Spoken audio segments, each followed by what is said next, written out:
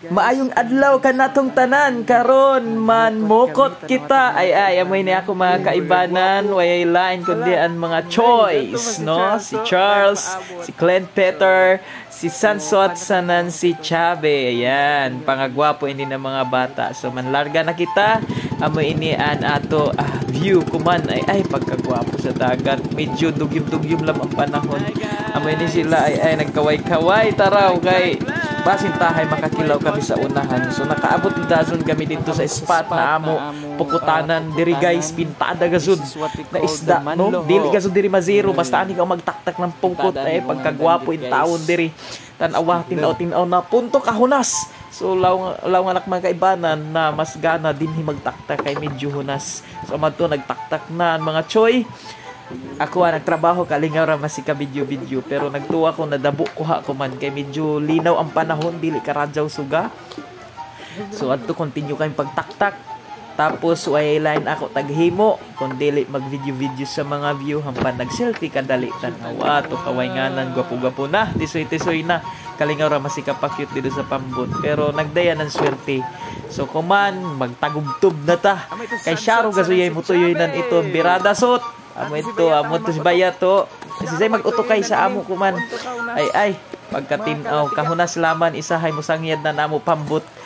punto kalinaw mga kalatiga tinaw na gazud klaro ang mga corals ay birada si Sansot kutob sa angot kuman nagsinggit si Bayat zaoy kuno nukos nituyoy kuno anukos libre na ang kinilaw nan ini tamis na nakinilaw na sa mga kalatiga ni kanawg ako kay gusto na ako makita an hitsura nan nukos feeling na ako grabe ka presko adto tan-awon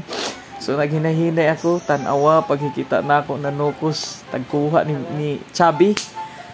tan-awa nag-ata naglatiga ra intawon ang kinilaw ay di ba choy libre na ang paniod to namo kumana adlaw amo pa ito paliton sa Tianggi pagkamahal so continue na kami tagbira pintada na kuha pintada na bangkaw daggiton gado diri na area pintada na bangkaw nan amo nakuha panawa pagkaplastado in tawon so pag abot namo didto tanang tangdaso namo tanguha ni Bayat taghawsan si Bayat maglisod pagtangtang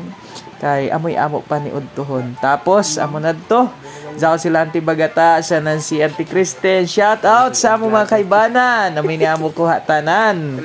and of course amoy ni sila Antuyahonon Paksiwonon sa Kilawonon tanawa tunukos tamis pagarazaw in taon isa na ko azay to adobuha